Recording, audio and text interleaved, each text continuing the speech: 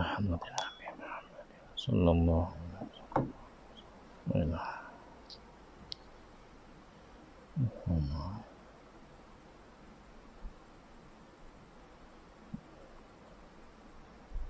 Allah.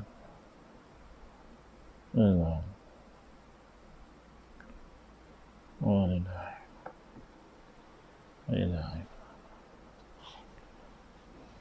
Allah.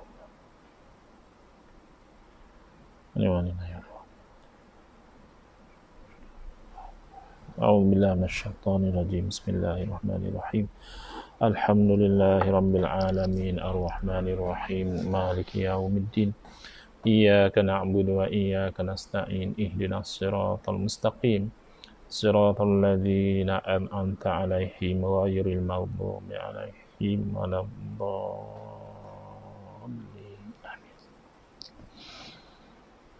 Assalamualaikum warahmatullahi wabarakatuh. Bismillahirrahmanirrahim. Alhamdulillahi rabbil alamin wa afdhalus salati wa atammu taslimi ala sayyidina Muhammadin wa ala alihi wa sahbihi ajma'in. Rabbi shrah li sadri wa yassir li amri wahlul 'uqdatam min lisani yafqahu qawli. Subhanaka la ilma lana illa ma 'allamtana innaka antal alimul hakim. Allahumma akhrijna min zulumatil wahmi wa akrimna binuril fahmi waftah alaina bima'rifatil ilmi wa sahhil akhlaqana bil hilm waj'alna mimman yastami'una al-qawla fayattabi'una ahsanah. Allahumma ati nufusana taqwaha wa zakkiha anta khairu man zakkaha anta waliyuha wa maulaha. Allahumma arinal haqqa haqqan warzuqna ittiba'ah wa arinal batila batilan warzuqna ijtinabah. Allahumma anfa'na bima 'allamtana wa'allimna ma yanfa'una wa zidna ilman wa huda. Amma ba'd. Alhamdulillah, muslimin, muslimat yang mengikuti siri pengajian, siri penghuraian, iaitu telah masuk ke siri yang ke-10, program yang dianjurkan oleh Ahli Sunnah wal Jamaah Research Group Pusat, ARG Pusat, iaitu menghuraikan kitab Bid'ah Hasanah yang disusun oleh guru saya Al-Fadhil Kiai Muhammad Idrus Ramli, hafizahullah wa nafa'ana bihi wa bi'ulumihi fid daraini amin. Ya. Tanah sebuah pendekatan baru, kitab yang nipis, ya, nipis sahaja, dan rasa saya harganya pun tidak begitu tinggi, ya. Semua saya ni dihadiahkan, ya, oleh ARG, mungkin sebagai membantu untuk saya menghuraikan, ya, isi kitab ini. Tetapi hadirin ataupun muslimin muslimat yang berminat untuk memiliki, ya, kitab yang walaupun kecil tetapi insya-Allah sangat besar manfaatnya dalam memberi kita maklumat dan juga kefahaman khusus tentang tajuk masalah bid'ah, maka boleh menghubungi Ahli Sunnah wal Jamaah Research Group ini. Ada page mereka dan ada, saya percaya, nombor WhatsApp yang diberikan oleh mereka untuk mereka yang ingin menempah buku ini. Sepatutnya pada malam ini menyambung, membaca, memahami dan mengambil manfaat daripada isi kitab Bid'ah Hasanah ini, yang mana insya-Allah sepatutnya kita akan masuk ke muka surat 29, iaitu nak melihat berlakunya Bid'ah Hasanah selepas kewafatan Nabi sallallahu alaihi wasallam. Selepas dalam kuliah-kuliah yang lalu kita memberi banyak contoh dan menghuraikan contoh-contoh bagaimana rupanya mengiktiraf perkara baharu yang baik itu adalah sunnah Nabi sallallahu alaihi wasallam, ya. Demikian yang sepatutnya kita terus pergi ke situ. Cuma semalam ketika saya melakukan live siri yang ke-9, ada masuk komen-komen daripada sahabat-sahabat kita yang mengikuti live, lalu mereka menyebut nama Al-Fadil Ustaz Muhib Khawli. Jadi mereka mengatakan antara lain minta saya mengulas apa yang diulas oleh Ustaz Muhib Khawli tentang masalah bid'ah hasanah ini. Jadi saya biasanya akan melihat komen-komen ini selepas selesai dari live, baru saya akan betul-betul ada penumpuan untuk membaca setiap komen. Dan kalau ada soalan, ada bangkangan, biasanya pada live yang seterusnya, ya, saya akan menghuraikan soalan-soalan dan juga bangkangan-bangkangan tersebut, ya. Ataupun mungkin saya akan menjawab di dalam ruangan komen itu juga secara bertulis. Jadi apabila ada daripada sahabat-sahabat kita yang minta saya mengulas apa yang diulas oleh Ustaz Muhib Khawli tentang bid'ah hasanah, jadi jelas pada masa diminta itu saya belum mampu untuk mengulas kerana saya pun tidak tahu apa yang beliau ulas, apa yang beliau komen, ya, tentang tajuk bid'ah hasanah.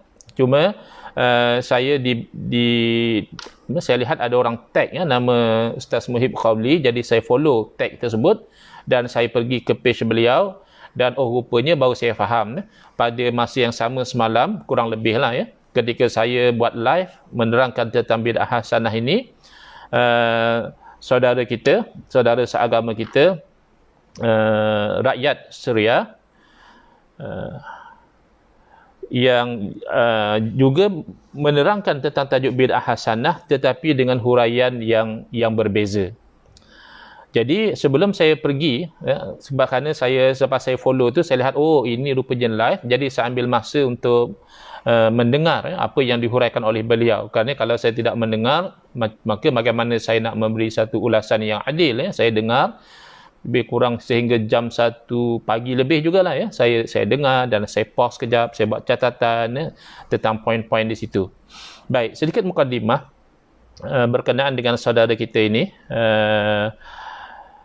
Hadahullahu wa iyana lil haqqi was shawab wa waffaqana wa iyahu littiba'i sunnatin nabawiyah wal ijtinabi al bid'il mazmumah. Jadi saudara kita, saudara Muhib Khawli, moga-moga Allah memberi hidayah kepada beliau dan juga kepada kita untuk kita itu mengenal pasti yang hak dan juga yang benar.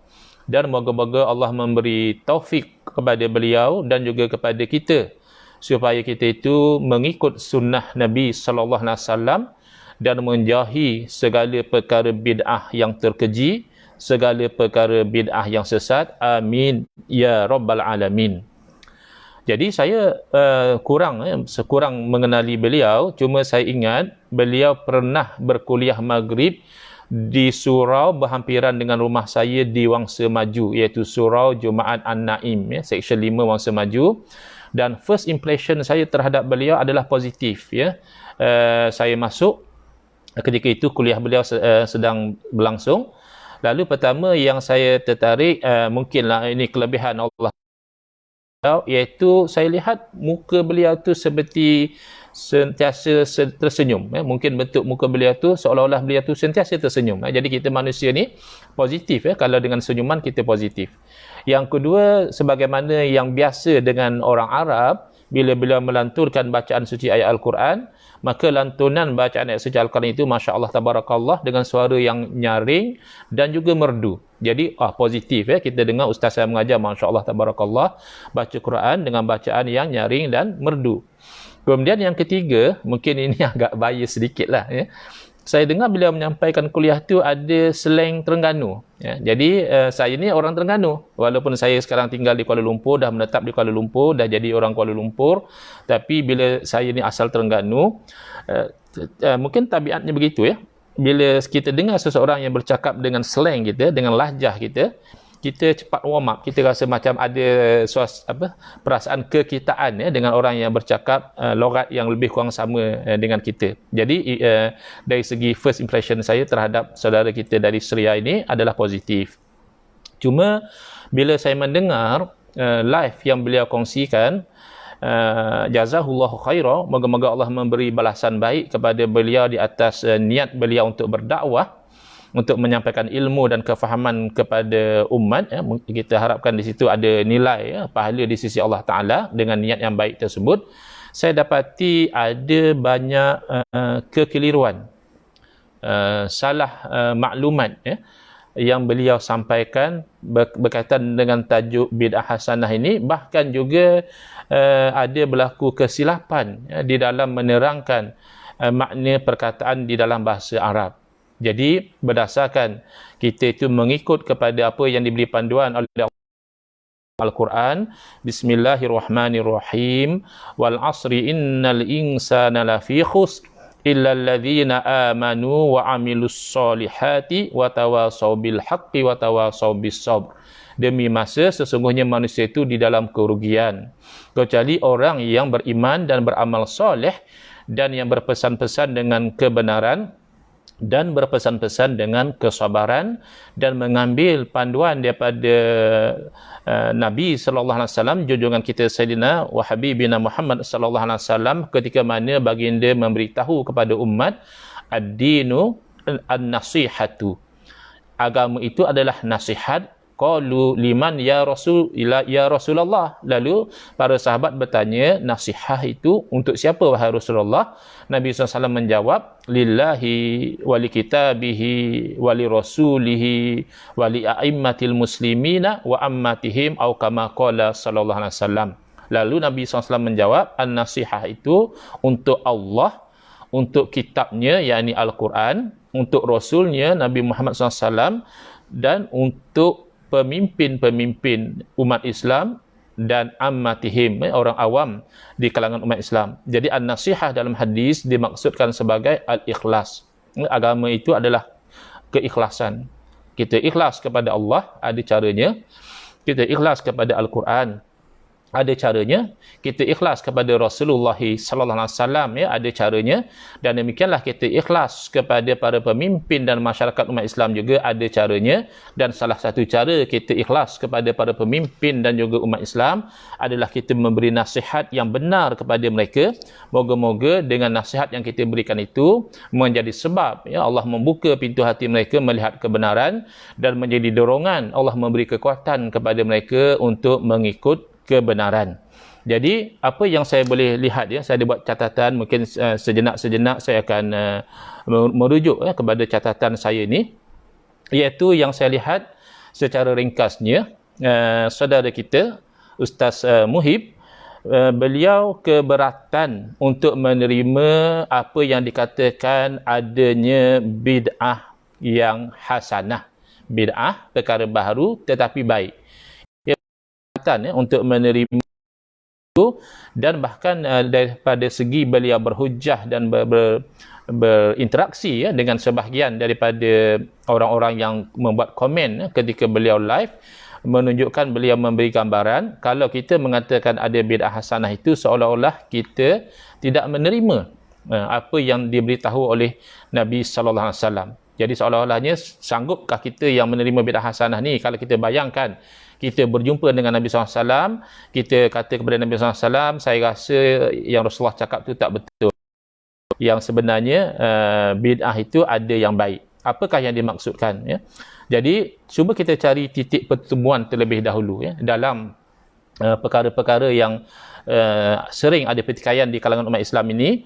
Kadang-kadang saya perhatikan dalam membincangkan perkara-perkara itu, kita terlupa untuk mencari titik temu dahulu. The common ground dahulu, di mana kita itu mengatakan, ya, saya setuju dengan kamu dan kamu setuju dengan saya.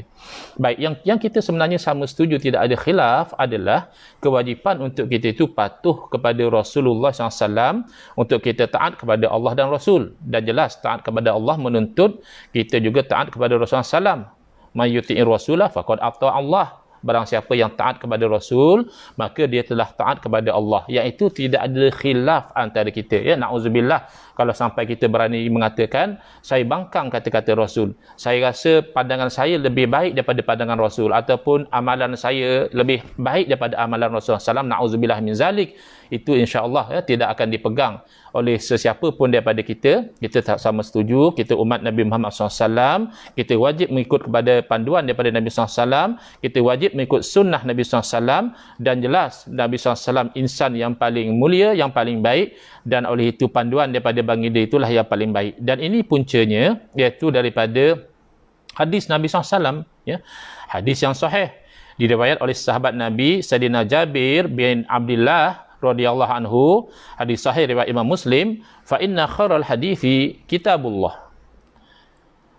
Maka sesungguhnya sebaik-baik hadis iaitu percakapan ataupun kalam adalah kitabullah, Al-Quran. Itu yang paling baik. Wa khairul huda Muhammadin sallallahu alaihi wasallam, ya. Itu doa daripada kita untuk Nabi SAW, selawat daripada kita untuk Nabi SAW. Dalam hadis, Nabi SAW memberitahu, dan sebaik-baik petunjuk, itu petunjuk daripada Nabi Muhammad SAW. Iaitu kita ala ra'si wal ain. Iaitu kita terima, kita junjung. Tidak mungkin kita mengatakan ada petunjuk yang lebih baik daripada petunjuk Nabi SAW. Wa syarul umuri muhdatsatuha. Dan seburuk-buruk pekerjaan muhdatsatuha. Perkara-perkara yang diada-adakan. Muhdas ini benda baru, ya. Benda yang diada-adakan. Wa kullu bid'atin dalalah. Ini dia punya keyword dia. Dan setiap yang bid'ah itu sesat. Jadi seolah-olah difahami, ya, oleh Al-Fadhil Ustaz Muhib, bahawa oleh kerana Nabi SAW mengatakan setiap bid'ah itu sesat, maka kalau kita mengatakan bahawa ada di sana bid'ah yang tidak sesat, ada di sana bid'ah yang hasanah, bermakna kita membangkang Nabi SAW. Ya, saya perasan, ya, beliau membaca ayat suci Al-Quran, wa may yushaqiqir rasula min ba'di ma tabayyana lahul huda, dan seterusnya. Itu memang kita tidak menolak, dan memang kita itu menerima ayat suci Al-Quran bahawa tidak sepatutnya kita itu berdegil dengan Nabi SAW. Kerana itu membawa kepada neraka Jahannam, membawa kepada murka Allah Subhanahu Wa Taala. Cuma yang perlu kita kenal pasti sekarang, apa perbezaan antara kita. Tadi kita dah cerita, ya, persamaan antara kita sama-sama terima bahawa Al-Quran dan Sunnah itulah panduan kita. Sebaik-baik petunjuk adalah petunjuk Nabi SAW. Haram dan berdosa besar kalau kita degil dengan Nabi SAW. Ya. Sekarang ni apakah perbezaan antara kita sebenarnya? Baik, sebenarnya perbezaan antara kita dalam rangka, ya, kita sama-sama, Ustaz Muhib pun nak ikut sunnah Nabi SAW, Al-Fakir Al-Muznib, ya, yang fakir lagi banyak dosa, Ustaz Engku pun nak ikut juga sunnah Nabi SAW. Dan jelas orang Islam pun, ramai-ramai pun nak ikut sunnah Nabi SAW, apatah lagi para ulama' kita, ya. Ulama'-ulama' kita di zaman salafus soleh, sahabat-sahabat Nabi, jelas mereka nak ikut sunnah Nabi SAW. Jadi apakah perbezaannya dalam memahami sabda Nabi SAW. Ya, kita terima hadis-hadis sahih, hadis sahih Imam Muslim. Tetapi apakah makna kullu bid'atin dalalah? Saya setuju sangat dengan apa yang disebut oleh Al-Fadhil Ustaz Muhib, iaitu dalam kita memahami hadis Nabi SAW, tak boleh kita tu memahami dengan sesuka hati kita saja. Bahkan ada hadis Nabi SAW, man qala fil Qur'ani bi ra'yihi falitabawa maqadahu minan nar. Barang siapa yang bercakap tentang Al-Quran ikut akal dia semata-mata, maka sediakan tempat duduk dari api neraka. Dan saya bersetuju bahawa untuk orang itu memahami isi Quran dan hadis, dia perlulah mengetahui seni berinteraksi dengan Quran dan hadis. Dia perlu tahu tentang Quran dan hadis itu mana yang am, mana yang khas, mana yang mutlak, mana yang muqayyad, mana yang nasikh, mana yang mansukh, mana yang mantuq, mana yang mafhum, mana yang mafhum muwafaqah, mana yang mafhum mukhalafah, dan seterusnya daripada seni berinteraksi dengan Quran dan hadis. Jadi jelas yang master seni ini, yang master the art of interaction with Quran and hadis adalah the scholars, iaitu para ulama. Al-ulama'u warasatul anbiya. Ulama adalah pewaris kepada para nabi, bukan mewarisi harta benda dinar dan dirham, tetapi ulama mewarisi ilmunya para nabi sallallahu alaihi wasallam, salawatullah alaihim ajma'in. Baik. Jadi saya juga sangat bersetuju dengan apa yang disebut oleh Al-Fadhil Ustaz Muhib semalam, bermakna kalau kita nak faham Quran dan hadis, kita kena ikut kefahaman para sahabat, kita nak kena ikut kefahaman para ulama, ya, secara khusus yang disebut oleh Ustaz Muhib semalam itu adalah kita kena ikut kefahaman seumpama Al-Qadhi Iyad, ya, ulama Maliki, seumpama Imam Syafi'i sendiri, pengasas mazhab Syafi'i, ulama salaf tabi'in, dan juga kita kena ikut misalnya Baihaqi dan seterusnya. Jadi saya lihat di situ panduan daripada beliau tu sudah bagus, ya. Tapi dari segi praktikalnya, adakah beliau memahami am dan khas? Adakah beliau mengikut kefahaman para ulama ataupun beliau hanya mengikut kefahaman beliau sendiri? Yang itu yang kita nak cuba jelaskan malam ini. Moga-moga kita semua berlapang dada untuk menerima kebenaran. Baik.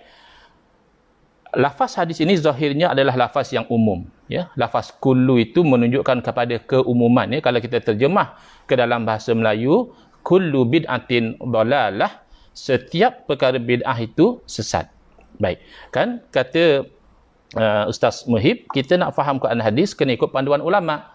Jadi cuba lihat panduan daripada Al-Imam An-Nawawi rahimahullah ta'ala yang beberapa kali dia disebut nama beliau dengan sebutan yang bagus, positif dan juga dengan pujian daripada Ustaz Muhib. Bagaimana Al-Imam An-Nawawi rahimahullah ta'ala memahami, ya, hadis kullu bid'atin dalalah yang ada dalam Sahih Muslim, dan yang mana Al-Imam An-Nawawi rahimahullah ta'ala beliau salah seorang daripada orang yang mensyarahkan hadis-hadis di dalam Sahih Muslim. Kan? Kita sama setuju, Ustaz Engku setuju, Al-Fadhil Ustaz Muhib juga setuju. Kita nak faham Quran hadis ni, kita kena ikut kefahaman para ulama. Jadi ini ulama yang hebat, ya. Imam Nawawi rahimahullah ta'ala, beliau mensyarahkan hadis dalam Sahih Muslim, lalu beliau mengatakan, qauluhu sallallahu alaihi wasallam haza amun makhsusun wal muradu ghalibul bid'ah. Yang di sabda Nabi SAW, dan setiap bid'ah itu sesat, ini adalah umum yang dikhususkan, dan yang dikehendaki adalah kebanyakan bid'ah. Jadi saya agak merasa hairan dalam keadaan Ustaz Muhib fataha alaika wa alaina abwabal khair wa abwabal fahmi. Moga-moga Allah membukakan kepada tuan, kepada Ustaz Muhib dan kepada saya juga pintu kebaikan dan juga pintu kefahaman. Bagaimana dalam keadaan beliau mengatakan kena ikut kepada Imam Nawawi dan sebagainya, seolah-olah beliau tak perasan apabila ada orang komen menakalkan kata-kata Imam Nawawi ini. Beliau macam baru terjumpa dan bertanya, ini cuba bawakan kalam Imam Nawawi ini dari mana, ya. Kalam Imam Nawawi ini, kalau beliau telah mengkaji sebelum beliau meminta orang mengikut pada Imam Nawawi, ini adalah dalam syarah Sahih Muslim, ya. Jadi saya lebih terperanjat bila mana bagus, alhamdulillah beliau tidak menolak keilmuan kepakaran Imam Nawawi. Cuma saya terperanjat, ya, sebagai orang Arab, walaupun sudah jadi orang Terengganu, cakap pun bunyi Terengganu, mungkin, ya, kahwin dengan orang Terengganu, duduk di Terengganu, bergaul dengan orang Terengganu, jadi bunyi selain Terengganu. Tapi kan orang Arab tu mesti dia sepatutnya lebih mahir, lebih-lebih lagi kalau perkataan itu perkataan yang simple, iaitu ghalib. Ghalib dalam konteks ini bukan bermakna semua, ya. Semalam ketika saya ikuti huraian daripada Ustaz Muhib mengatakan, ya betul, ghalib tu makna semua. Kan tak tepat. Bahkan kalau kita lihat di sini, kalau bermakna semua, tidak perlu Imam Nawawi rahimahullah taala mengatakan makhsus, memadai Imam Nawawi mengatakan wa qauluhu sallallahu alaihi wasallam wa kullu bid'atin dalalatun haza am, ataupun haza am baqin ala umumihi. Ini lafaz yang umum dan kekal di atas keumumannya. Kenapa perlu Imam Nawawi mengatakan ini lafaz yang umum tetapi telah dikhususkan? Kalau kita betul faham konsep am dan khas, bermakna bila am itu telah dikhususkan, skopnya asalnya luas menjadi sempit. Kalau skopnya asalnya bermakna semua, dia menjadi sebahagian. Dan ini bukan satu perkara yang pelik, ya. Kerana saya lihat, ya, beza antara kita dengan saudara-saudara kita dalam memahami masalah bid'ah ini hanya pada satu perkataan saja, iaitu perkataan kullu. Jadi mereka kata Kalau Nabi SAW sendiri sudah bersabda wa kullu bid'atin dalalah, dan setiap perkara bid'ah itu sesat, maka siapa kita? Adakah kita lebih hebat daripada Nabi SAW? Adakah kita berani nak kata Nabi, saya rasa yang Nabi cakap tak betul, sebenarnya sebahagian saja bid'ah yang sesat? Bukan begitu. Sekarang ni kita kena faham ya, kalimah kullu ini kalimah yang umum. Tetapi sesuatu yang umum dalam Quran dan hadis biasanya akan ditakhsiskan. Biasanya skopnya yang merangkumi semua akan terpakai pada sebahagian. Kerap kali berlaku demikian sehingga dikatakan ma min amin illa waqad khussisa. Tidak adalah satu lafaz yang umum tu kecuali nanti dia akan ditakhsiskan. Kerana apa? Kerana sangat kerap berlaku benda yang zahirnya umum tetapi ditakhsiskan. Baik, persoalan daripada yang bermain dalam fikiran kawan-kawan kita. Bagaimana boleh dikatakan ada bid'ah hasanah? Sedangkan Nabi SAW sendiri menjelaskan wa kullu bid'atin dalalah, dan setiap yang bid'ah itu sesat. Baik, jawapannya adalah yang pertama, kerana hadis Nabi SAW ini tidak boleh difahami in isolation, difahami secara terpencil. Sebaliknya perlu difahami dengan suluhan ayat suci Al-Quran, perlu difahami dengan suluhan hadis-hadis Nabi yang lain, dan perlu juga disuluh dengan kaedah bahasa Arab. Maka dalam kaedah bahasa Arab, kullu boleh bermakna semua, ini dipanggil kullu jami', dan kullu juga boleh bermakna sebahagian, dan itu dinamakan kullu majmu'. Jadi kalau dikatakan bolehkah kullu bermakna sebahagian, jawapannya bukan setakat boleh, bahkan kerap kali bila kalimah kullu digunakan di dalam Al-Quran, yang dikehendaki adalah sebahagian ataupun kebanyakan. Misalnya kita ambil contoh daripada ayat suci Al-Quran, ya, supaya saudara-saudara kita termasuk Al-Fadhil Ustaz Muhib dapat lihat ya, bahawa ulama bila mengatakan hanya sebahagian saja bid'ah yang sesat, sementara sebahagian yang lain adalah hasanah, adalah baik, mereka bukan mereka-reka atau nak melawan Nabi SAW. Bahkan mereka ini yang Allah Ta'ala sebutkan, innama yakhshallaha min ibadihil ulama, hanya saja yang takut kepada Allah di kalangan hamba-Nya adalah ulama. Mereka itu memahami sabda Nabi SAW dengan kefahaman yang paling tepat.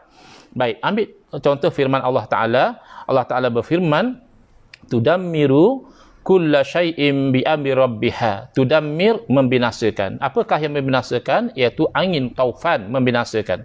Apakah yang dibinasakan? Kulla syai'in, setiap sesuatu dibinasakan. Kenapa dibinasakan? Bi amri rabbiha, kerana perintah daripada Tuhannya. Ada perintah daripada Allah supaya taufan itu membinasakan. Yang dibinasakan tu kalau ikut ayat Quran, kulla syai'in. Jadi kalau ikut zahir ayat Quran, oleh kerana kul diterjemahkan sebagai setiap, bila berlaku taufan kepada kaum Ad, tidak ada satu pun yang tidak binasa. Kerana kulla syai'in bermakna setiap sesuatu. Tetapi kalau kita sambung ayat tersebut lagi, Allah Ta'ala berfirman, ternyata Allah Ta'ala berfirman, asbahu la yura illa masakinuhum. Maka jadilah kaum tersebut, kaum Ad, tidak kelihatan lagi. Ya. Kita boleh bayangkan kalau kita pernah tengok gambar selepas kejadian tsunami, dah tak ada dah orang, dah jadi macam padang jarak, padang terkukur. Fa'asbakinuhum, kecuali tempat tinggal mereka. Maka dengan nas Al-Quran sendiri, kalau begitu tempat tinggal tidak binasa. Bahkan yang berlaku adalah walaupun gunung ganang adalah syai'un, gunung ganang tidak binasa. Walaupun langit dan bumi syai'un, sesuatu, langit dan bumi tidak binasa. Jadi walaupun ayat Al-Quran mengatakan tudammiru kulla syai'in, taufan itu membinasakan setiap sesuatu, tetapi yang dimaksudkan adalah kebanyakan. Banyak sekali benda-benda yang binasa dengan taufan itu, tetapi tidak semua. Dalam suratul Kahfi, firman Allah Ta'ala menceritakan bagaimana hiwar, percakapan, perbualan antara Nabi Musa AS dan Nabi Khidir AS. Ketika mana Nabi Musa AS mahu menuntut ilmu daripada Nabi Khidir AS, asalnya Nabi Khidir kata, kamu tak akan sabar kalau nak mengaji dengan saya. Jadi kata Nabi Musa AS, insya-Allah kamu akan dapati saya sabar. Jadi syarat yang dikenakan oleh Nabi Khidir AS, kalau nak mengaji, jangan tanya dulu. Sampai masa beliau akan terangkan. Tapi Nabi Musa AS sebagai seorang Rasul, jelas baginda tidak tahan melihat perbuatan-perbuatan Nabi Khidir AS yang pada zahir syariat tak betul. Pada timbangan syariat, perbuatan tu tak kena. Antaranya adalah bila mereka berdua naik sampan, naik perahu, Nabi Khidir tebuk lubang pada sampan itu. Kan ini pada zahir syariat tak betul, kerana merosakkan harta benda orang dan mendedahkan pada risiko tenggelam. Kerana bila ada lubang boleh jadi air masuk. Jadi di akhir ya, setelah berlaku lagi dua kejadian dan mereka tidak lagi akan kekal bersama, Nabi Musa ikut mengaji dengan Nabi Khidir alaihissalam. Nabi Khidir terangkan, ammas safinatu fakanat limasakin. Ya, adapun sampan itu milik orang miskin. Ya'maluna fil bahri, mereka ini bekerja di laut. Fa aradtu an a'ibaha, saya itu nak sosakkan sampan yang jadi punca pencarian ya, orang-orang miskin ini. Fa'aratu an ibaha wa kana warahum malik, wa kana warahum malik, kerana ada di sana seorang raja ya, yang sedang mengejar mereka, yang mana raja ini raja yang zalim. Ya'khudhu kulla safinatin ghasba, raja ini mengambil setiap sampan. Jadi kalau kita ikut zahir kul yang bermakna setiap, maka tidak ada sampan yang tidak diambil oleh raja tersebut ya, sebab Allah Taala dah berfirman ya'khudhu kulla safinatin, mengambil setiap sampan. Baik. Jadi sepakat ahli tafsir mengatakan tidak ada khilaf di kalangan ahli tafsir mengatakan tidak, bukan semua sampan dirampas oleh raja tersebut. Baik, kalau nak ikut logik cara berhujah Ustaz Muhib, maknanya ahli tafsir ni semua nak lawan Allah. Ya, ahli tafsir ni nak kata Allah, aku rasa tak betul ni setiap sampan dirampas. Ya, sebenarnya ada sampan dirampas, ada sampan tak dirampas. Adakah begitu cara kita berfikir? Ahli-ahli tafsir ni nak lawan Allah? Ahli-ahli tafsir ni rasa dia lebih pandai daripada Allah? Allah kata kulla safinah, ahli tafsir kata tidak? Bukan. Tetapi ahli tafsir ini mereka memahami ayat Quran ini secara keseluruhan. Kan tujuan kenapa Nabi Khidir alaihissalam melubangkan sampan itu adalah disebut irtikab akhaf ad-dararaini, iaitu memilih mudarat yang lebih ringan ya. Orang putih kata choosing lesser of two evils. Kadang-kadang kita dalam hidup tersempit ya, kita memang nak yang terbaik, tapi kadang-kadang yang terbuka di depan kita hanya ada keburukan. Maka dalam keadaan demikian, kaedahnya adalah kita memilih antara keburukan yang berada di depan kita itu mana yang lebih ringan, iaitu kita lakukan demi untuk menolak keburukan yang lagi satu. Jadi antara sampan dirampas oleh raja yang zalim tersebut dengan sampan ada lubang ya, in future mungkin boleh baiki dan sebagainya, maka tentulah mudarat yang lebih ringan adalah sampan itu berlubang. Dengan berlubang itu, raja yang zalim ini dia memilih, dia hanya tengok sampan yang elok dia rampas ya, sampan yang tak elok dia tidak ambil. Jadi walaupun ayat Quran mengatakan kulla safinah, tapi dari segi konteks cerita tersebut yang dimaksudkan dengan kulla safinah adalah ba'du ataupun aksaru ya, kebanyakan sampan ataupun sebahagian sampan, bukan semua. Bahkan uslub kullu dengan makna sebahagian ini juga adalah uslub Nabi kita sallallahu alaihi wasallam. Dalam hadis misalnya Nabi sallallahu memberitahu kullu bani adama ya'kuluhu turabu illa ajbaz zanab. Ya, setiap anak Adam ya, Ustaz Muhib cuba dengar ya. Setiap anak Adam ya'kuluhu turab, akan dimakan oleh tanah, illa ajbaz zanab, kecuali tulang sulbi. Jadi kalau kita tengok zahir hadis, tidakkah disebut di situ bahawa setiap anak Adam dimakan oleh tanah yang akan reput bila mati? Tetapi dalam hadis juga Nabi SAW mengatakan Allah mengharamkan ke atas bumi dari memakan jasad para Nabi. Padahal para Nabi adalah anak Adam. Dan juga jasad orang mati syahid, biasa Allah jaga, tidak terjejas jasad mereka. Padahal orang mati syahid anak Adam. Bahkan kadang-kadang berlaku, bukan Nabi, bukan orang mati syahid, orang kampung kita 30 tahun yang lalu meninggal. Mati di atas katil saja. Tapi bila digali jenazahnya atau berlaku sesuatu, jenazahnya ternampak, Masya Allah tabarakallah, jenazah masih elok, tidak reput. Oh, kalau macam tu hadis Nabi tak betul lah Ustaz. Bukan hadis Nabi tak betul. Mustahil lah hadis Nabi tak betul. Cara kamu faham hadis tak betul. Kamu tidak boleh faham kullu bani Adam dengan makna setiap itu dengan makna semua, tapi kamu kena faham kullu bani Adam dengan makna ghalib, kebanyakan anak Adam bila mati akan reput, tetapi bukan bermakna semua. Demikian hadis Nabi SAW. Al-habatu sauda'u shifa'un likulli da'in ilal maut. Habatu sauda' menjadi penyembuh kepada setiap penyakit kecuali mati. Kata para ulama, yang dimaksudkan setiap penyakit itu adalah kebanyakan. Kerana realitinya ada penyakit-penyakit yang walaupun dirawat dengan habatu sauda' tidak dikurniakan kesembuhan oleh Allah Ta'ala. Habis Nabi SAW kata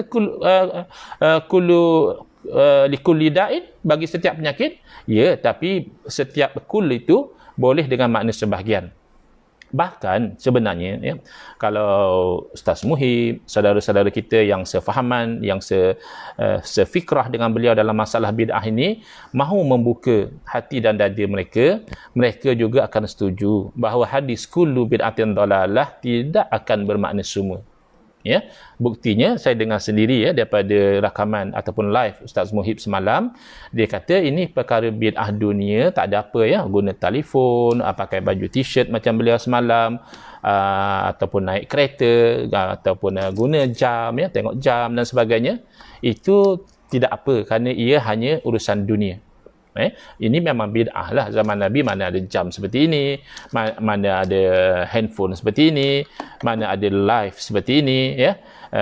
Di luar sana ada kereta, Masya Allah ya, sejak naik kerajaan baru ni dahlah harga minyak murah ya. Saya isi 2 minggu tak habis-habis.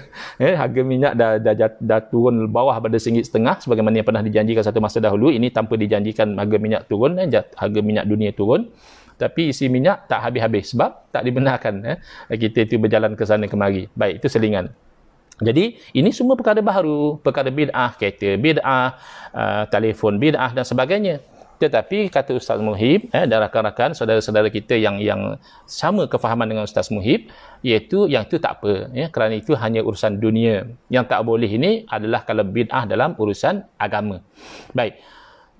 Kita ketepikan dahulu apa yang disebutkan itu betul ke tak betul, kita ketepikan dahulu sejenak. Ustaz Muhib perasan tak, ya, saudara-saudara kita perasan tak dengan kata-kata tersebut, bermakna Al-Fadhil Ustaz Muhib setuju kullu bid'atin dalam hadis sebenarnya tidak merangkumi semua, walaupun diterjemah setiap, tapi pada pandangan Ustaz Muhib, kullu bid'atin dalam hadis hanya merangkumi bid'ah berkaitan dengan urusan agama sahaja. Adapun kalau bid'ah yang berkaitan dengan urusan dunia, iaitu tidak apa-apa. Bermakna telah mentakhsiskan. Kalau ikut zahir, kullu makna semua. Bila bid'ah ni kan benda baru. Tak kisahlah benda baru itu urusan agama kah, benda baru itu urusan dunia kah, sepatutnya itu adalah sesat. Tapi bila dikatakan, oh bid'ah dunia tak apa, bermakna kamu telah mentakhsiskan. Kamu telah mengatakan kullu dalam hadis itu sebenarnya khusus untuk bid'ah dalam urusan agama sahaja. Baik, kalau kamu katakan, oh kami berpendapat demikian, itu adalah kerana ada dalil. Dalilnya adalah hadis Nabi SAW, man ahdasa haza ataupun fi dinina hadza ma laysa minhu fahuwa raddun. Barang siapa yang mengada-adakan dalam urusan agama kami ini, maknanya hanya bid'ah agama saja. Maka satu yang bukan dari agama, maka perkara itu tertolak. Itu menunjukkan bid'ah adalah bid'ah agama saja. Baik, kita ketepikan juga dahulu benar tak benar dakwaan itu. Tidakkah kamu juga menimbang hadis kullu bid'atin dalalah di atas timbangan hadis yang lain? Sebagaimana yang dilakukan oleh para ulama. Jadi para ulama ketika mengatakan bid'ah itu terbahagi kepada dua secara asas, iaitu bid'ah yang hasanah dan juga bid'ah yang dalalah, para ulama mengukur hadis kullu bid'atin dalalah atas ukuran hadis yang lain, iaitu man sanna fil islami sunnatan hasanatan.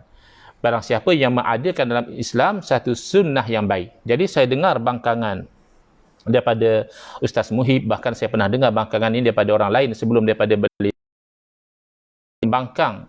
Dia kata mereka tak boleh ya, hadis man sana fil islami sunnatan hasanatan dan juga falahu ajruhu ajru man amila dan seterusnya, wa man sana fil islami sunnatan sayiatan, itu tak boleh dijadikan dalil untuk mengatakan hadis kullu bid'atin dalalah itu tidak umum. Kerana apa? Dua bangkangan sekurang-kurangnya kata mereka yang saya dengar daripada Ustaz Muhib semalam, katanya kerana hadis itu sebenarnya bukan bermakna kita mengadakan satu benda baru. Sunnah kan makna tariqah. Tariqah tu kan maknanya jalan. Jadi bukan makna sanna tu mengadakan satu perkara baru. Tapi sanna sunnatan di situ bermakna ahya sunnata Rasulillah sallallahu alaihi wasallam. Yang dimaksudkan dengan sunnah dalam hadis itu adalah kita menghidupkan sunnah Nabi SAW. Itu baru betul. Dan dia bawa sebab kenapa dikatakan begitu, kerana Nabi SAW menuturkan kata-kata itu. Kejadian sebelum itu Nabi SAW memberi galakkan supaya orang-orang Islam bersedekah. Datang satu orang Ansar, dia bersedekah dahulu. Selepas beliau bersedekah, lalu diikut oleh orang lain masing-masing bersedekah hingga banyak dikumpul barang-barang sedekah. Maka ucapkan kata-kata tersebut, man sana fil islami sunnatan hasanatan dan seterusnya, wa man sana fil islami sunnatan sayiatan dan seterusnya. Jadi kata dia, sedekah kan bukan bid'ah. Sedekah ni memang sunnah. Cuma tak ada orang buat masa tu. Bila Nabi SAW bagi galakkan supaya bersedekah, tak ada orang buat. Tiba-tiba orang Ansar ni buat dahulu, maka dia menghidupkan sunnah Nabi yang ketika itu tidak diamalkan. Baik. Yang pertama, mentafsirkan sunnah dalam hadis tersebut sebagai sunnah Nabi SAW itu tidak tepat. Memang kita tidak nafikan, ada kelebihan, ada pahala yang besar bagi orang yang menghidup telah dimatikan. Misalnya sunnah sutrah, sekarang orang tidak lagi bersutrah dalam sembahyang, lalu kita hidupkan balik, ada pahala yang ganjaran seperti orang syahid dan sebagainya. Tetapi dalam hadis tersebut, sunnah bukan makna sunnah Nabi SAW. Kerana apa? Kerana kalau dimaknakan sunnah dalam hadis man sanna fil islami sunnatan hasanatan itu adalah menghidupkan sunnah Nabi SAW yang baik, tidak akan di hujung hadis Nabi SAW juga bersabda wa man sanna fil islami sunnatan sayyiatan, barang siapa yang mengadakan dalam hal keadaan Islam itu satu sunnah yang buruk. Jadi kalau ditafsirkan sunnah dalam hadis dengan makna sunnah Nabi, maka seolah-olah kita menerima ada sunnah Nabi yang buruk. Barang siapa yang menghidupkan sunnah Nabi SAW yang baik, dia dapat pahala dan pahala orang yang tiru. Barang siapa yang menghidupkan sunnah Nabi yang buruk, maka dia akan orang yang meniru. Adakah di sana sunnah Nabi yang buruk? Jadi memahamkan sunnah dalam perkataan itu dengan makna yang istilahi, iaitu sunnah Nabi ataupun at-tariqatul mardiyah al-maslukatu fid din, jalan yang diredai yang dijalani dalam agama, itu tafsiran yang kontradiktori, kerana sunnah Nabi tidak ada yang buruk. Sunnah Nabi SAW kesemuanya baik. Maka sunnah dalam hadis tersebut adalah sunnah dari segi bahasa. Sunnah dari segi bahasa adalah at-tariqah, jalan boleh jadi hasanah, baik, boleh jadi sayyi'ah sebagaimana disebut oleh Nabi SAW.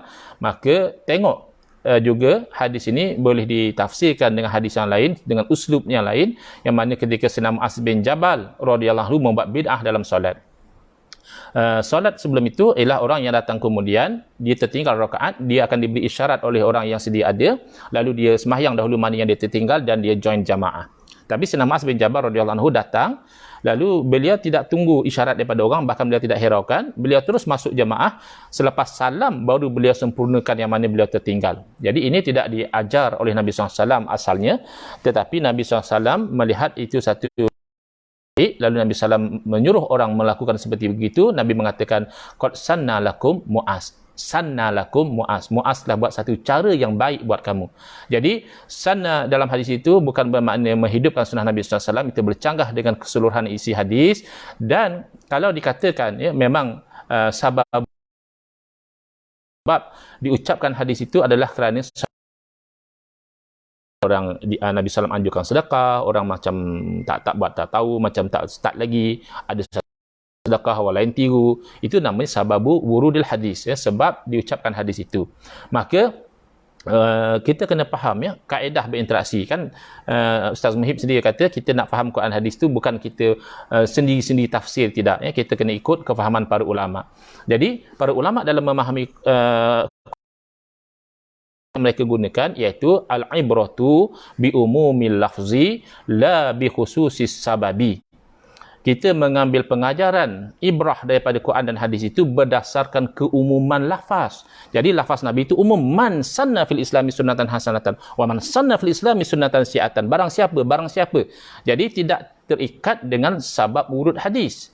Jadi bangkangan mereka itu tidak valid daripada satu sudut. Satu, daripada sudut keseluruhan hadis itu sendiri tidak menyokong sunnah dengan makna ihya'us sunnah, menghidupkan sunnah Nabi SAW, kan disebut sunnah yang buruk, tidak ada sunnah Nabi yang buruk. Dan yang kedua, bercanggah dengan kaedah memahami Quran dan hadis, al-ibratu bi umumil lafzi la bi khususis sababi. Baik. Masa semakin singkat, ada banyak lagi poin yang saya nak sebut di sini. Bahkan yang disebut oleh Ustaz Muhib semalam, kata dia yang kata Imam Syafi'i kata sunnah hasanah tu sunnah sayyi'ah tu tak betul, itu orang membohong atas nama Imam Syafi'i. Tunggu dulu Yang pertama, sunnah hasanah dan sunnah sayyi'ah itu bukan istilah Imam Syafi'i rahimahullah taala, bahkan istilah insan yang jauh lebih baik, lebih mulia daripada Imam Syafi'i, iaitu istilah yang digunakan oleh Sayyiduna wa Habibuna Muhammad SAW sendiri. iaitu Nabi SAW yang menggunakan istilah man sanna fil islami sunnatan hasanatan wa man sanna fil islami sunnatan sayyi'atan. Itu bukan istilah Imam Syafi'i. Dan yang mungkin yang dimaksudkan oleh beliau adalah istilah yang digunakan oleh Imam Syafi'i, bid'ah yang mahmudah, bid'ah yang terpuji, dan bid'ah yang terkeji. Jadi kalau dikatakan itu bohong atas nama Imam Syafi'i, siapa agaknya yang bohong? Orang Terengganu kata lebong. Siapa yang pandai sangat lebong ni? Cuba lihat. Yang meriwayatkan kata-kata Imam Syafi'i rahimahullah ta'ala ini bukan calang-calang orang, antaranya yang disebut dengan positif oleh Ustaz Muhib sendiri, Al-Imam Al-Baihaqi, dengan sanadnya meriwayatkan daripada Imam Syafi'i radhiyallahu anhu, iaitu Imam Syafi'i mengatakan al-muhdatsatu minal umuri darban. Perkara baharu, perkara bid'ah dari segi urusan-urusan itu dua jenis.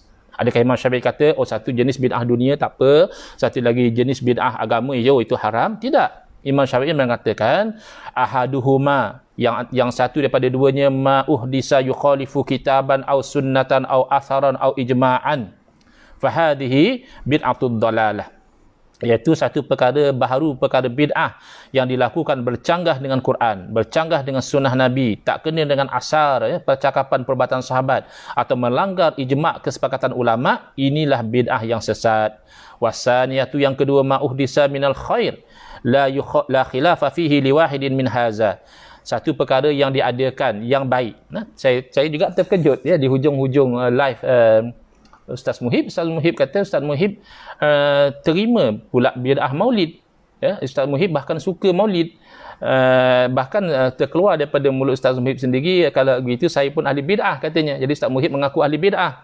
Kalau ikut logik yang sama, macam mana Ustaz Muhib boleh suka maulid? Sedangkan maulid jelas bid'ah, benda baru. Walaupun Ustaz Muhib kata bagus, kasih pada Nabi, kata benda itu benda baru, benda bid'ah.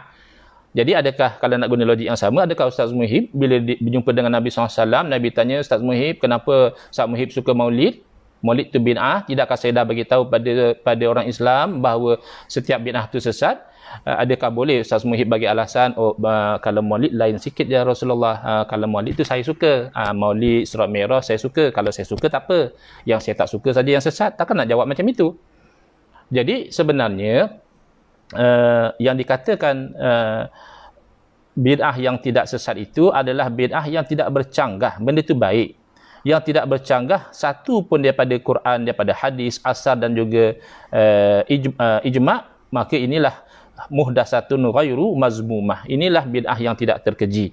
Jadi antara yang meriwayatkan pelbagai bid'ah dua ini adalah Al-Imam Abu Nu'aim Al-Isbihani. Bahkan ini dipetik oleh Al-Imam Ibn Taymiyah. Adakah Al-Imam Ibn Taymiyah pun lebong juga? Adakah Imam Ibn Taymiyah pun bohong juga atas nama Imam Syafi'i? Na'udzubillah. Ini ulama-ulama yang meriwayatkan oleh Imam Syafi'i, tidak ada yang komplain tentang mengatakan ini riwayat yang tidak sahih dan sebagainya, iaitu disebut bahawa Imam Syafi'i mengatakan al-bid'atu bid'atani. Bid'ah ni dua jenis. Bid'atun mahmudah, satu jenis terpuji. Terpuji mana molek lah, elok. Wa bid'atun mazmumah, satu jenis lagi terkeji. Kan Ustaz Muhib kata semalam, nak faham hadis apa sebagai, ikutlah ulama supaya Imam Syafi'i. Ini lah Imam Syafi'i bagi tahu. Yang pertama kata Imam Syafi'i, al-bid'atu bid'atani. Bid'ah ada dua jenis. Satu terpuji, yang satu lagi terkeji. Apakah yang puji dan terkeji? Fama wafaqas sunnata fahuwa mahmudun wa ma khalafas sunnata fahuwa mazmumun. Itu kayu ukur dia. Mana perkara bid'ah? Tak kisahlah dunia atau agama. Syarat dia kena selari dengan sunnah. Kena selari dengan ajaran Nabi SAW. Maka macam itu terpuji. Wa ma khalafaha. Dan mana perkara bid'ah yang bercanggah dengan sunnah, bercanggah dengan ajaran Nabi SAW, maka itu terkeji. Tak kisahlah dunia atau agama. Nanti insyaAllah saya akan huraikan. Kalau nak lebih panjang mungkin terpaksa buat part 2. Saya sebenarnya nak menulis. Saya nak menulis poin-poin itu supaya dapat dihadam dengan baik, dapat dibaca dengan baik. Tapi oleh kerana belum selesai lagi tulisan itu, saya huraikan secara lisan terlebih dahulu. Jadi jelas itu kayu ukur yang diletak oleh Imam Syafi'i rahimahullah ta'ala, selari atau bercanggah dengan sunnah. Bahkan kalau kita lihat boleh katakan ini semua adalah kesepakatan hampir semua ulama. Tidak ada ulama yang membangkang pembahagian bid'ah kepada dua ini. Imam Syafi'i, ulama salaf, Ustaz Muhib tu bagi tahu semalam Imam Syafi'i adalah ulama di generasi tabi'in. Maka kalau kita itu nak ikut salaf dalam agama kita, maka kita kena ikut salaf bahawa bid'ah itu bukan hanya satu. Yang disebut juga semalam nama adalah Al-Qadiyat. Kata Ustaz Muhib, kita nak faham agama ni ikut ulama, ikut Qadiyat, ikut Imam Syafi'i, ikut Imam Nawawi, ikut Imam Baihaqi. Tadi Imam Baihaqi dah riwayat daripada Imam Syafi'i bahawa bid'ah terbagi dua. Cuba tengok apa kata Al-Qadiyat Al-Maliki rahimahullah ta'ala dalam kitab Masyarikul Anwar, tempat terbitnya cahaya-cahaya. Kata beliau, inna kullama uhditha ba'da Nabi SAW fahuwa bid'atun. Adapun setiap perkara yang diadakan selepas daripada Nabi SAW, maka itu dinamakan bid'ah. Wal bid'atu fi'lu ma lam yasbiq ilahi. Adapun bid'ah itu asalnya melakukan satu perkara yang sebelumnya tidak ada. Fama wafaqa aslan minas sunnati yuqasu 'alaiha fahuwa mahmudun. Tetapi perkara bid'ah yang selari dengan satu dalil daripada sunnah, asal di sini maknanya dalil ataupun kaedah daripada sunnah, yuqasu 'alaihi, walaupun benda tu asalnya tidak ada sebiji macam tu, fahuwa mahmudun, kerana dia dikiaskan kepada sunnah maka terpuji. Wa ma khalafa usulas sunan, tetapi kalau perkara bid'ah itu bercanggah dengan dalil-dalil sunnah ataupun kaedah-kaedah yang dikeluarkan daripada sunnah, fahuwa dhalalatun. Kan tengok sendiri membahagikan bid'ah kepada mahmud terpuji dan mazmum ataupun dhalalah terkeji. Jadi sekarang kita mengikut saranan daripada Ustaz ulama. Jadi ulama telah menerangkan bahawa bid'ah secara asasnya terbagi kepada dua. Baik, sebelum saya terlupa, oleh kerana alhamdulillah moga-moga ini menjadi sebab hidayah Ustaz Muhib nampak kebenaran itu adalah Ustaz Muhib suka dengan sambutan Maulid. Jadi sambutan Maulid sebagaimana kita sambut dengan adanya ceramah Maulid, dengan adanya jamuan makan, dengan adanya qasidah, alhamdulillah Ustaz Muhib pandai qasidah. Suara sedap, merdu, saya tak pandai. Ustaz engku kalau qasidah itu orang lagi tak sedap, tak pandai. Itu sepakat. Sambut Maulid macam itu sepakat adalah bid'ah. Baik yang menyokong bahawa Maulid itu bagus ataupun yang menghentam mengatakan sambutan Maulid ini tak bagus, ini bid'ah yang sesat. Kedua-duanya setuju bahawa Maulid ini benda bid'ah, benda baru. Mana ada zaman Nabi SAW 12 Rabiul Awal orang buat ceramah Maulid? Bahkan zaman sahabat, ada ke sahabat kumpulkan orang 12 Rabiul Awal buat ceramah, buat makan-makan, kemudian sebagainya? Tidak ada. Kerana perubatan ini awal-awal dilakukan oleh Sultan Muzaffar, Raja Negeri Irbil. Beliau yang awal-awal mengumpulkan orang, buat jamuan makan dan sebagainya. Dan cuba perhatikan, ketika mana Raja Irbil melakukan bid'ah Maulid ini, tidak ada satu orang ulama pun yang membangkang, bahkan ramai yang memuji. Tidak ada yang bangkang. Maknanya ini ijma' sukuti, ini kesepakatan secara diam, ijma'. Dan melanggar ijma' ini adalah satu perkara yang dilarang. Ustaz Muhib baca ayat Quran, wa man yushakikir rasula min ba'di ma tabayyana lahul huda. Yang itu satu part. Siapa yang degil dengan Nabi padahal dah diterangkan hidayah daripada Nabi SAW diterangkan dah, dia masih degil. Itu satu. Yang itu kita sepakat. Tak boleh degil dengan Nabi. Yang Nabi ajar kita kena terima. Jangan lawan Nabi. Jangan tolak Nabi. Tapi part yang kedua seolah-olahnya Ustaz Muhib mungkin tak perasan untuk huraikan. Wa yattabi' ghayra sabilil mu'minina nuwallihi ma tawalla wa nuslihi jahannam wa sa'at masira. Barang siapa yang ikut jalan lain daripada jalan orang mukmin, itu part yang kedua. Part pertama degil dengan Nabi, part yang kedua ikut jalan lain daripada jalan orang mukmin, inilah yang dijanjikan dengan dibakar dengan neraka jahannam. Maka kata Al-Imam Syafi'i rahimahullah taala, ulama salaf daripada generasi tabi'in, iaitu mengatakan inilah dalil wajib ikut ijma'. Kerana ikut jalan lain daripada orang mukmin itu haram. Kenapa haram? Dijanjikan neraka jahannam. Kalau tidak haram, kenapa pula dijanjikan neraka jahannam? Maka kata Imam Syafi'i rahimahullah taala, ijma' itulah jalan orang mukmin, bukan sebarang jalan, bahkan jalan yang disepakati oleh ulama orang mukmin. Maka dengan nas Al-Quran, melanggar ijma' ulama itu hukumnya haram. Jadi menerima adanya bid'ah hasanah ini, boleh kita katakan sudah ijma' di kalangan ulama. Kalau ada pun satu dua yang syadz, mereka itu tidak sampai mampu mencarikan ijma' bahawa perkara baharu itu, dunia atau agama, dia tidak semestinya sesat. InsyaAllah pendetailan atas faktor masa, pendetailannya itu saya akan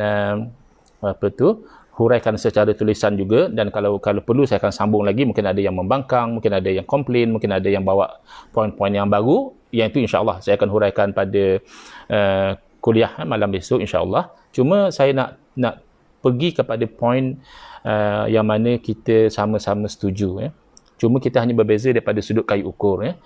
Kita yang ikut Imam Syafi'i ni, yang ikut Imam Nawawi, yang ikut Imam Qadhi Iyad, yang ikut Imam Baihaqi, ya, mengatakan bid'ah terbagi kepada dua. Kalau ada selari dengan sunnah, boleh. Ya, kalau bercanggah dengan sunnah, maka itu tak boleh. Baik. Boleh saya lajak sampai mungkin 10-15, ya.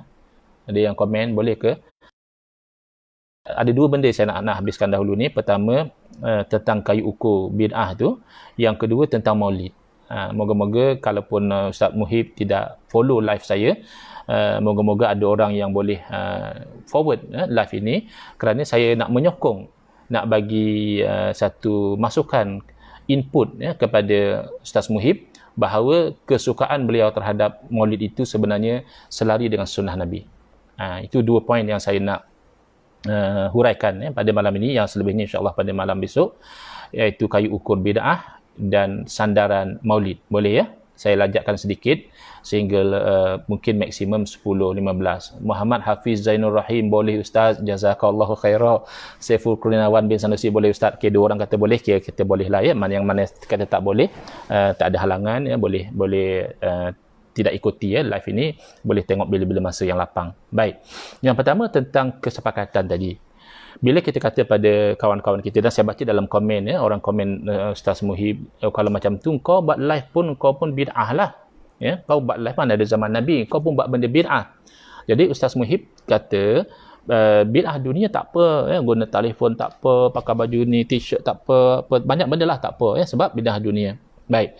Sekarang ini perasan tak, ya, Al-Fadhil Ustaz Muhib dan saudara-saudara kita sebenarnya sepakat daripada sudut mana? Daripada sudut hadis kullu bid'atin dalalah tidak bermakna semua, ya.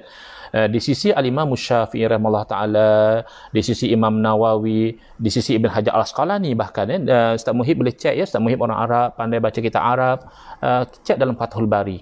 Macam mana Imam Ibn Hajar Al-Asqalani juga menerima adanya bid'ah hasanah? Adakah Imam Ibn Hajar Al-Asqalani nak lawan Nabi? Adakah Imam Ibn Hajar Al-Asqalani bila kata saya rasa Nabi tak betul?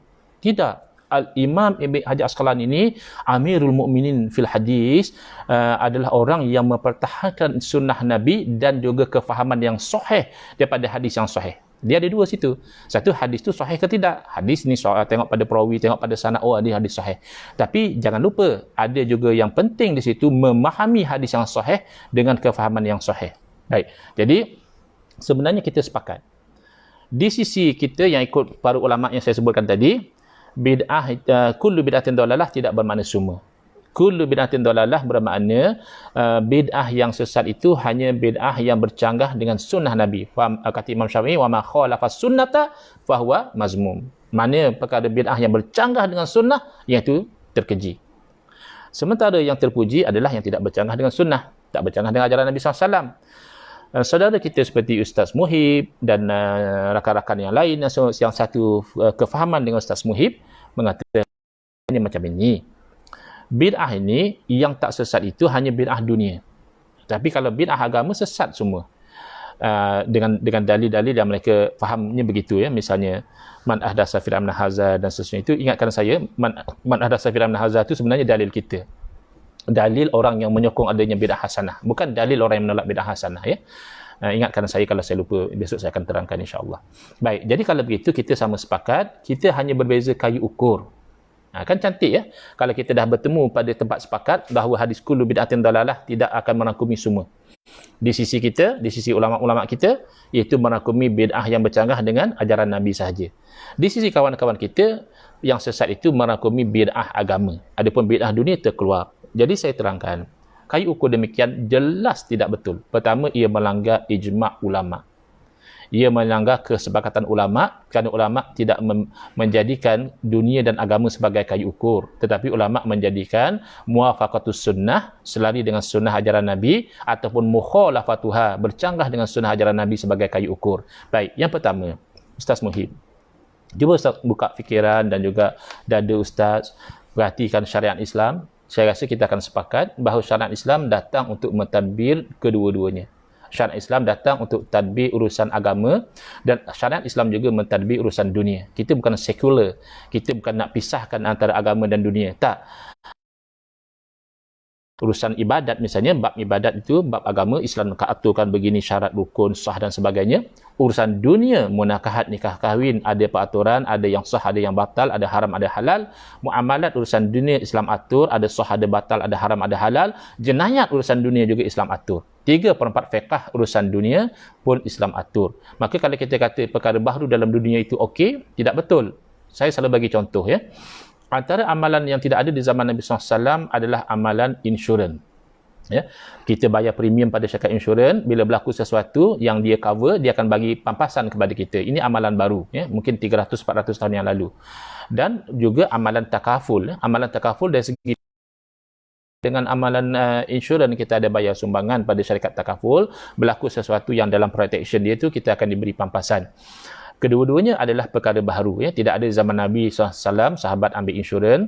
Tidak ada di zaman Nabi SAW, sahabat jual takaful, jadi ejen takaful. Ini memang perkara baharu. Ya. Ini insyaAllah kita tidak ada khilaf, tidak ada pertikaian antara kita, bahawa amalan insurans dan juga amalan takaful, kedua perkara baharu inilah dinamakan bid'ah. Sebab bid'ah ni asal maknanya ihdatsu syai'in ma lam yakun. Buat satu benda yang dahulunya tidak ada. Memang tidak ada insurans dan takaful di zaman Nabi SAW. Kedua-duanya bukan urusan agama sebenarnya. Kita ambil insurans urusan dunia, kita ambil takaful pun urusan dunia. Kerana ini adalah risk management. Ya, ini adalah pengurusan risiko. Kita hidup tidak boleh sunyi dari risiko. Tetapi macam mana kita uruskan risiko? Antaranya kita ambil protection. Kalau berlaku risiko kemalangan ada, risiko sakit ada, risiko barang-barang kita hilang kan. Baru ini ada mantan menteri KBS hilang duit 250,000. Jadi risiko barang hilang tu ada. Tetapi macam mana kita nak uruskan? Iaitu kita ambil protection. Iaitu kalau kita jatuh sakit, syarikat insurans bayar. Kalau kita accident, na'udzubillah, syarikat insurans bayar. Kalau kita barang yang kita dah ambil insurans tu hilang, maka syarikat insurans bayar. Jadi ini tidak berlaku di zaman Nabi SAW, tapi ia hanya urusan dunia. Kalau ikut teori Ustaz Muhib dan rakan-rakan yang satu fikrah dengan beliau, maka sepatutnya kedua-dua amalan ini dibenarkan. Walaupun tidak ada zaman Nabi SAW, tapi ia bukan urusan agama, ya. Ia hanya urusan dunia. Sepatutnya insurans halal, takaful juga halal. Tapi yang berlaku tidak. Yang berlaku adalah hampir semua ulama dunia, hampir semua, kalau ada pun seorang dua yang berbeza pandangan, mengatakan insurans konvensional hukumnya haram kerana ada elemen gharar, tidak pasti, ada elemen maisir seolah-olah berjudi, ada elemen riba, beri sikit dapat lebih, maka hukumnya haram. Habis takaful, kenapa ulama kata halal? Tidakkah takaful juga tak pasti dapat apa? Tidakkah takaful juga ada elemen nasib macam judi? Tidakkah takaful juga ada elemen kita bagi sedikit, kemungkinan kita dapat banyak daripada apa yang kita berikan, sumbangan? Maka jawab para ulama berbeza. Insurans haram kerana insurans adalah akad muawadat, akad yang ada timbal balas, ada consideration daripada pihak ini apa, consideration daripada pihak sana apa. Akad muawadat, kalau ada gharar, tidak kepastian, ada elemen nasib maisir macam judi, ada elemen beri sedikit dapat lebih jadi riba, maka itu hukumnya haram, bercanggah dengan syarak. Tengok, kai ukur ulama menetapkan hukum bercanggah dengan syarak. Tetapi takaful walaupun ada ketidakpastian dan sama juga kurang lebih practical effect dia, tetapi dibenarkan kerana takaful adalah akad tabarruk, akad sedekah. Bila akad sedekah tak pasti kau dapat apa, tak ada masalah. Macam orang kharat kematian, dia sumbang-sumbang pada kharat, entah dia dapat tak dapat, dia pun tak tahu dapat berapa, entahlah dia dah sumbang pada orang tu, cuma untuk tabung ni siapa yang layak dapat, nanti dia akan dapat sumbangan. Jadi rupanya para ulama tidak mengukur sesuatu perkara baharu itu sama ada ianya dunia atau agama, kedua-duanya adalah bid'ah dunia, tapi ulama melihat selari atau bercanggah dengan syarak. Jelas, itu yang pertama. Yang kedua, kalau kita ambil contoh, kita dapati membahagikan bid'ah kepada dunia dan agama ini tidak konsisten. Kan? Kata Ustaz, guna telefon tak apa, bid'ah dunia. Okey, saya sekarang sedang guna telefon, saya sedang merakam live, dan nanti saya akan share live ini, linknya di bahagian mana, ini jelas bid'ah. Tapi kalau saya tanya Ustaz Muhib, Ustaz, tak apa ke saya buat bid'ah live ni? Boleh ke macam ni? Ustaz Muhib akan kata, tak apa Ustaz, bid'ah dunia tak ada masalah. Okey. Tapi kalau ada satu buat bid'ah dunia, benda tak berlaku zaman Nabi SAW, dia guna telefon, dia juga guna teknologi rakaman, dia rakam aksi lucah. Ada orang buat benda tak senonoh, dia pergi rakam. Tak ada aku zaman Nabi. Perbuatan tak senonoh ada zaman Nabi. Merakam perbuatan tak senonoh tu tak pernah berlaku zaman Nabi. Dia buat, tu bid'ah. Kemudian dia upload dalam YouTube, dia sebar dalam WhatsApp. Ini semua benda bid'ah, dan bid'ah ini bid'ah dunia. Kalau ikut teori yang mengatakan bid'ah dunia boleh, sepatutnya kita kata tak apa, tak ada masalah bid'ah dunia. Tapi insya-Allah Ustaz Muhib pun tak tagamak kata rakam video lucah itu bid'ah hasanah ataupun bid'ah yang la ba'sa biha. Tak sanggup nak kata demikian. Bermakna kayu ukur itu problem, dia tidak konsisten. Demikianlah dalam bab doa. Ini yang selalu kawan-kawan kita sensitif. Dia kata, mana boleh doa macam ni tak warid daripada Nabi SAW? Apa kamu ingat doa kamu lebih baik daripada doa Nabi SAW? Na'udzubillah. Adakah orang yang berdoa lain dengan doa yang lain daripada Nabi SAW, dia mendakwa doa dia lebih baik daripada doa Nabi SAW? Tidak demikian. Tapi mereka faham doa ibadah yang luas. Ibadah yang tidak diikat. Nak doa bila, nak doa di mana, dan doa apa. Asalkan jangan melanggar syarak. Ya, bid'ah yang berlaku sekarang yang ramai orang buat tak tahu, kita berdoa minta orang kafir jadi pemimpin. Itu bid'ah yang sayyi'ah, dalalah. Kenapa orang tak bising? Bercanggah dengan syarak. Sepatutnya orang Islam yang memimpin. Baik. Tetapi oleh kerana doa adalah ibadah, itu sepakat ya. Ustaz Muhib pun kata doa ibadah, Ustaz Angku berkata doa ibadah. Lebih penting Nabi SAW sendiri bersabda ad-doa wal ibadah. Nabi bersabda doa dia adalah ibadah. Maka kawan-kawan kita menjadi sensitif. Oleh kerana doa ibadah, tak ada dalil Nabi doa akhir tahun awal tahun, maka itu bid'ah yang sesat. Oleh kerana doa adalah ibadah, tidak ada dalil Nabi berdoa 3 kali dalam malam nisfu Sya'ban, maka itu bid'ah yang sesat. Baik. Di sisi kita yang ikut panduan daripada Imam Syafi'i, daripada Imam Nawawi, kita mengatakan doa ni kan ibadah yang umum. Jadi nak doa malam nisfu Sya'ban boleh, nak doa malam lain boleh, nak doa akhir tahun boleh, awal tahun boleh, nak doa sepanjang tahun pun boleh. Kerana doa ibadah yang umum. Kata dia tak boleh. Kalau doa itu ibadah, kena ada dalil Nabi buat. Kalau tak ada dalil, sesat. Baik. Ada tak dalil Nabi SAW berdoa dalam bahasa Melayu? Jelas tak ada. Ada tak dalil Nabi SAW berdoa minta anak-anak berjaya dalam peperiksaan? Jelas tak ada. Adakah kita nak berfatwa oleh itu satu orang angkat berjaya dalam peperiksaan SPM, biarlah dia dapat semua A dan seterusnya? Orang itu buat bid'ah yang sesat? Kerana dia buat satu perkara baharu dalam ibadah. Doa adalah ibadah. InsyaAllah Ustaz Muhib dan rakan-rakan juga tidak tergamak mengatakan begitu. Bermakna kayu ukur yang membahagikan bid'ah pada dunia dan agama ni kayu ukur yang bid'ah. Kayu ukur yang bercanggah dengan kesepakatan para ulama. Sebab itu dia tidak konsisten. Law kana min indi ghairillah la wajadu fihi ikhtilafan katsira. Kalau sesuatu itu bukanlah datang daripada Allah Taala, nescaya mereka akan dapati di situ percanggahan yang banyak. Kayu ukur bid'ah dunia dan agama ni bercanggah bahkan dengan sunnah Nabi sallallahu alaihi wasallam. Nabi SAW bila berlaku satu perkara baharu yang baginda sendiri tak pernah suruh, yang baginda sendiri tak pernah buat, adakah baginda tengok benda dunia, baginda kata tak apa, benda baru urusan dunia, tak ada masalah. Benda agama, Nabi larang ni benda agama, tak ada dalil jangan buat. Ataupun Nabi tengok benda itu kalau selagi dengan syarak Nabi benarkan, bercanggah dengan syarak Nabi larang. Kita dapati sunnah Nabi, cara Nabi, tariqah Nabi adalah Nabi SAW dahulu satu perkara baharu dengan timbangan syarak, barulah baginda menghukumkan perkara itu boleh ataupun baginda larang. Solat adalah ibadah, urusan agama. Di zaman Nabi SAW ada orang buat dalam solat benda yang Nabi tidak suruh dan Nabi tidak buat. Iaitu dia sentiasa membaca suratul Ikhlas pada setiap rakaat. Dia jadi imam di Masjid Quba. Dia baca bagus, semayang dia bagus. Cuma satu benda. Bila dia semayang, dia akan baca Fatihah. Selesai Fatihah, dia akan baca Qul Huwallahu Ahad sampai habis. Selesai Qul Huwallahu Ahad, barulah dia baca surah, katakan Wadduha. Lepas itu dia rokok. Kemudian, yang kedua. Rakaat kedua. Fatihah lagi. Qul Huwallahu lagi sekali. Kemudian boleh dibaca surah, katakan Alam Nashrah, dia rokok. Yang pertama, Nabi SAW tidak mengamalkan demikian. Dia buat benda yang Nabi tak buat. Yang kedua, Nabi tidak menganjurkan demikian. Dia buat benda yang Nabi tak suruh. Yang ketiga, makmum tidak suka. Makmum suruh dia pilih. Kalau nak baca Qul Huwallah, memadai dengan Qul Huwallah, tidak perlu baca surah. Kalau nak baca surah, tidak perlu lagi baca Qul Huwallah. Dia juga mengatakan, kalau kamu nak saya jadi imam, macam itu cara saya. Kalau kamu nak macam lain, kamu lantik imam lain. Akhirnya diadu kepada Nabi SAW. Baik. Kalaulah memang kaedahnya buat benda yang Nabi tak pernah buat dan Nabi tak pernah suruh hukumnya haram, tentulah Nabi SAW kena larang imam ini.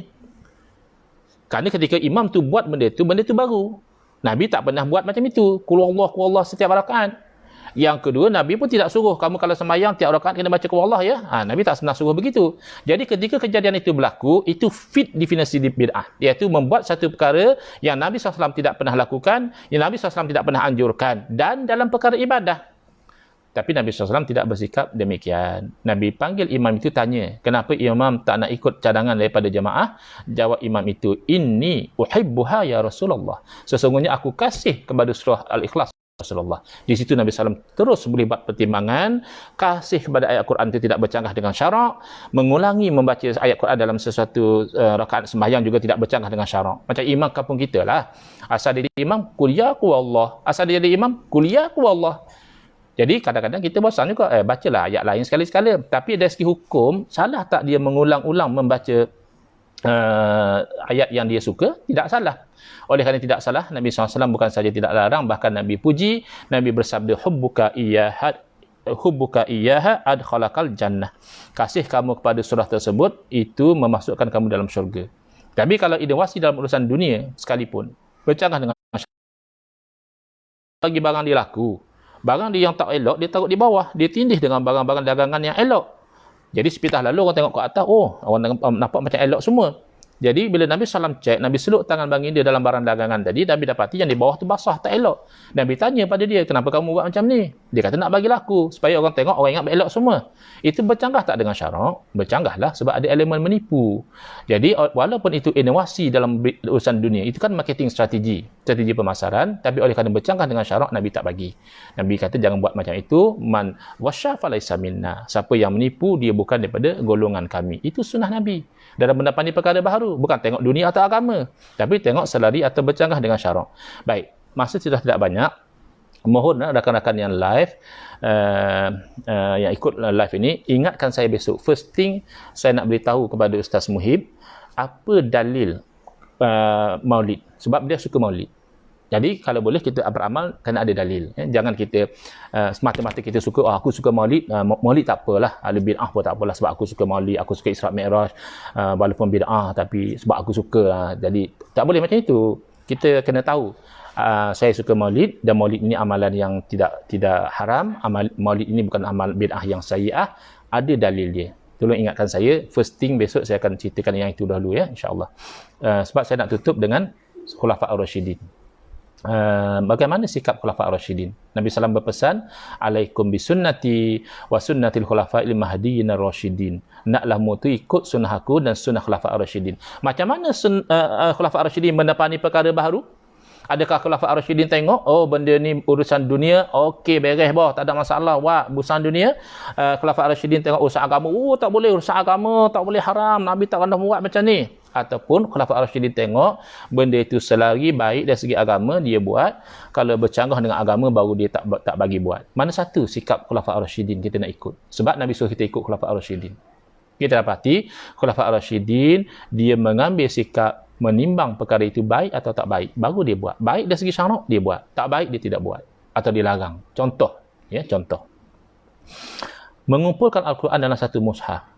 Quran kan zaman Nabi orang duk tulis sana tulis sini, tapi tidak dikumpulkan dalam satu mushaf. Zaman Sayyidina Abu Bakar radhiyallahu anhu jadi khalifah, Sayyidina Abu Bakar kumpul dalam satu mushaf. Ini satu perkara bid'ah. Jadi kawan-kawan kita kata bid'ah dunia tak apa, bid'ah agama tak boleh. Baik, kumpul Al-Quran dalam satu mushaf ni untuk menjaga keaslian Al-Quran. Takut nanti kan orang yang hafal Quran, dia pergi berperang mati syahid. Ramai orang hafal Quran mati, nanti orang tak tahu Quran sebenar macam mana. Elok kita kumpul, ini rujukan kita, ini Quran yang datang daripada Nabi SAW. Baik, ini urusan dunia atau urusan agama? Kalau kita jawab urusan agama, selesai masalah. Makna seumpama Sayyidina Abu Bakar radhiyallahu anhu, seumpama Sayyidina Umar yang bagi cadangan pun buat bid'ah dalam urusan agama. Siapa kita? Siapa ustaz engku? Siapa ustaz Muhib? Siapa ustaz-ustaz lain yang adakah lebih hebat daripada Khulafa' ar-Rasyidin dalam memahami hadis Nabi? Kita lebih pandai daripada Sayyidina Abu Bakar dalam memahami hadis kullu bid'atin dhalalah. Sayyidina Abu Bakar buat bid'ah dalam urusan agama. Baik, mungkinlah ada orang tengah kata dia babi. Babi ni makna dia degil. Dia kata ustaz, tak betul tu ustaz. Sebenarnya memanglah Quran ni urusan agama. Tapi strategi mengumpulkan Al-Quran dalam satu mushaf untuk menjaga keaslian Al-Quran itu sebenarnya urusan dunia saja. Baik. Kalau kamu dakwa demikian, tidakkah Sayyidina Abu Bakar tak faham? kata yang itu bid'ah dunia boleh buat. Patut Sayyidina Abu Bakar lebih faham pada kita lagi. Ini bid'ah dunia buat. Kenapa kena dipujuk dulu oleh Sayyidina Umar? Ketika asal cadangan daripada Sayyidina Umar supaya dikumpulkan Al-Quran, apa jawab Sayyidina Abu Bakar? Kaifa af'alu syai'an lam yaf'alhu Rasulullah. Umar, macam mana aku nak buat satu benda, Nabi tak rajin buat benda macam ni. Makna di sisi Sayyidina Abu Bakar benda ni bid'ah, benda baru. Bila benda bid'ah, dia jadi ragu-ragu nak buat ni. Umar suruh buat, Nabi tak rajin buat. Jadi Sayyidina Umar pujuk akhirnya buat. Baik, kalaulah betul itu bid'ah dunia, macam mana cara Sayyidina Umar pujuk? Maknanya kayu ukurnya bid'ah dunia boleh, bid'ah agama tak boleh. Jadi bermakna Sayyidina Abu Bakar tahu. Takkan Sayyidina Abu Bakar tak tahu, kita tahu. Itu kan tak benda sabah. Sayyidina Abu Bakar tak tahu kayu ukur bid'ah, kita lebih tahu daripada Sayyidina Abu Bakar. Tak. Katalah betul ya. Kayu ukur bid'ah ni, bid'ah dunia boleh, bid'ah agama haram. Maknanya Sayyidina Abu Bakar mesti tahu. Tiba-tiba Sayyidina Abu Bakar tak nak buat. Alasannya benda ni benda baru, Nabi tak pernah buat. Padahal bid'ah dunia boleh. Maka tentulah Sayyidina Umar kena pujuk, kena kata pada Sayyidina Abu Bakar, buatlah Abu Bakar, yang aku cadang ni hanya bid'ah dunia saja. Kenapa kau tak nak buat? Sepatutnya begitu. Tapi cuba rujuk dalam hadis ni, dalam riwayat dalam asar ni. Apa kata Sayyidina Umar ketika memujuk Sayyidina Abu Bakar melakukan bid'ah mengumpulkan mushaf ini? Kata Sayyidina Umar radhiyallahu anhu, huwa wallahi khair. Mengumpulkan Al-Quran dalam satu mushaf ini demi Allah benda baik. Jadi kalau begitu, yang bermain dalam fikiran Sayyidina Abu Bakar radhiyallahu anhu, yang bermain dalam fikiran Sayyidina Umar radhiyallahu anhu, baik atau tidak baik satu perbuatan baru. Kalau baik daripada neraca syarak, barulah dilakukan.